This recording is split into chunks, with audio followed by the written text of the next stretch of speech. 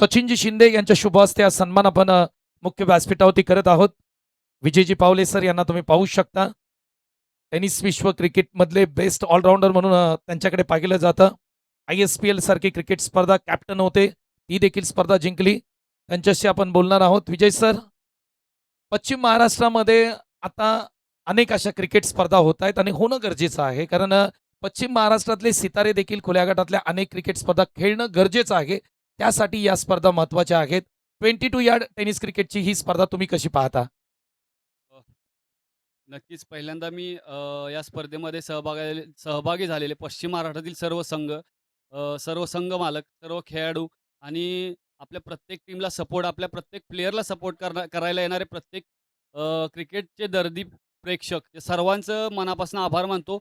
सर्वांनी मिळून एक स्पर्धा चांगली आपण ऑर्गनाईज केली आहे. चांगल्या पद्धतीने खेळतोय, चांगल्या पद्धतीनं पार पाडतोय आणि आज नक्कीच आमचं आव्हान संपुष्टात आलं. पण एक अनुभव मिळतोय, की प्रॅक्टिसशिवाय कोणताही गेम आपण उच्च स्तरावर घेऊन जाऊ शकत नाही किंवा स्वतःला सुद्धा आपण उच्च स्तरावर साबित करू शकत नाही. कारण आज आम्ही पूर्ण वर्ष टेनिस बॉल खेळत असतो. रब्बरची माझी पहिलीच टुर्नामेंट आहे ही मुंबई भागातली. कारण गावाकडे एकच टुर्नामेंट खेळलोय. अख्ख्या पूर्ण सीझनमधली ही दुसरी टुर्नामेंट आहे. ह्याच्यावरनं अनुभव एवढाच येतोय, की आम्ही वर्षभरात जरी टेनिसमध्ये जरी आम्ही कुठेतरी चांगलं करत असलो, तरी रबर बॉल चॅलेंजिंगच आहे. किती जरी मोठा प्लेयर असला तर त्यासाठी हे क्रिकेट चॅलेंजिंग आहे. त्यासाठी पूर्ण वर्ष तुम्ही प्रॅक्टिस करा. प्रॅक्टिस करणं हे मोस्ट इम्पॉर्टंट आहे. आणि आज निखिल ज्या पद्धतीनं फॉर्ममध्ये खेळतोय, कारण तो असाच नाही खेळत. तो भरपूर प्रत्येक टुर्नामेंटला आपली प्रत्येक वेळी पावसाळी टुर्नामेंटमध्ये वेगळी बॅटिंग आहे. आता सुख्या रबर बॉलमध्ये वेगळी बॅटिंग आहे. तर स्वतःला प्रत्येकाने सिद्ध करायला बघा. कारण असं हाताला धरून कोणी क्रिकेट शिकवू शकत नाही. फक्त अनुभवातनं शिकवलं जातं, शिकलं जातं. आता मी सुद्धा त्याला विचारलं, की "बघ मी पण बॅटिंग करतोय, तू पण बॅटिंग करतोयस. दोन्हीमध्ये फरक काय?" तर तो बोलतोय, "प्रॅक्टिसचा फरक आहे. आम्ही रोज बॅटिंग करतोय, रोज बॅटिंग करतोय. आमचं टायमिंग शॉट वेगळा आहे. तुम्ही ताकदीनं मारताय ते वेगळं आहे." कारण तेच आहे, टेनिसवरती ताकदीनं मारावं लागतं आणि रबरवरती टायमिंग शॉट खेळावे लागतात. एक म्हणण्याचा उद्देश एवढाच आहे, की प्रॅक्टिस मॅन परफेक्ट. प्रॅक्टिसच इम्पॉर्टंट आहे. क्रिकेटमध्ये कोणीही मोठा, छोटा नाही. तुम्ही चांगलं प्रॅक्टिस केलं, चांगली बॉलिंग, चांगली बॅटिंग केली तर तुम्ही टॉपलाच आहे. तुम्ही काहीच नाही केलं तर तुम्ही झिरोच आहे. त्यामुळं झिरो आणि टॉप याच्यामधला फरक एवढाच आहे, प्रॅक्टिस करणे आणि प्रॅक्टिस करा.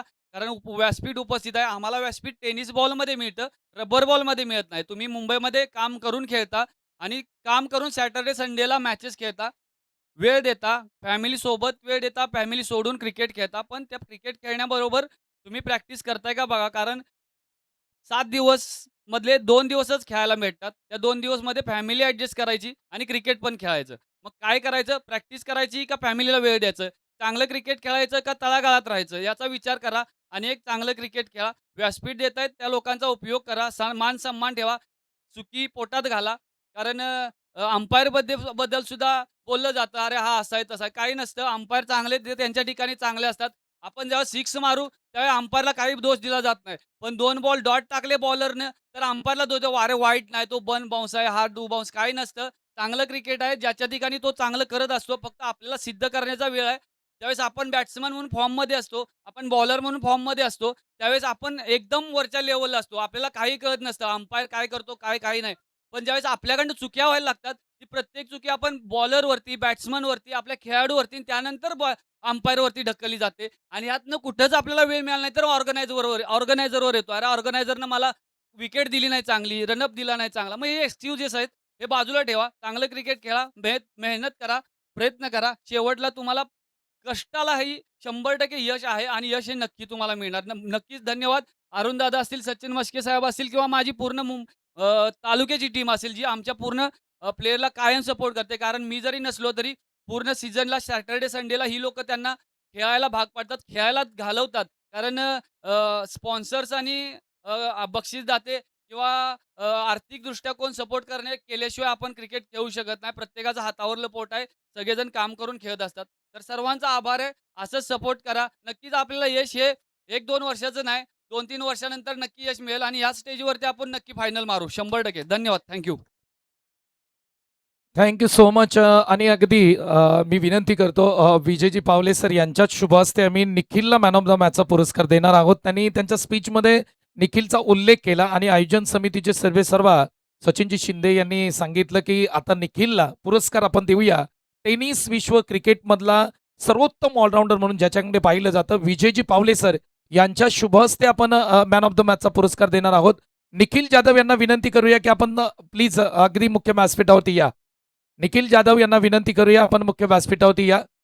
खूप चांगली माहिती त्याचबरोबर खूप चांगला मेसेज विजयजी पावले सर यांच्या माध्यमातून खरं पाहिलं तर देण्यात आला. प्रॅक्टिस आणि प्रॅक्टिस आणि प्रॅक्टिस करा, नक्की यश तुम्हाला मिळेल हा मेसेज त्यांनी दिला.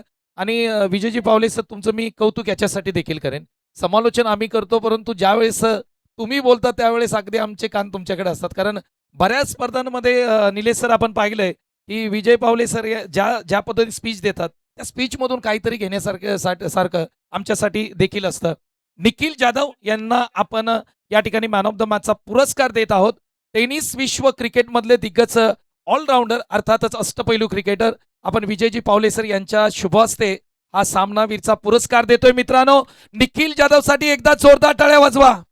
पावसाळी क्रिकेटचा राजा उगाच म्हणलेला नाहीये आणि त्यांना मॅन ऑफ द मॅचचा पुरस्कार आपण विजय पावले सर यांच्या शुभ हस्ते देतोय. निखिल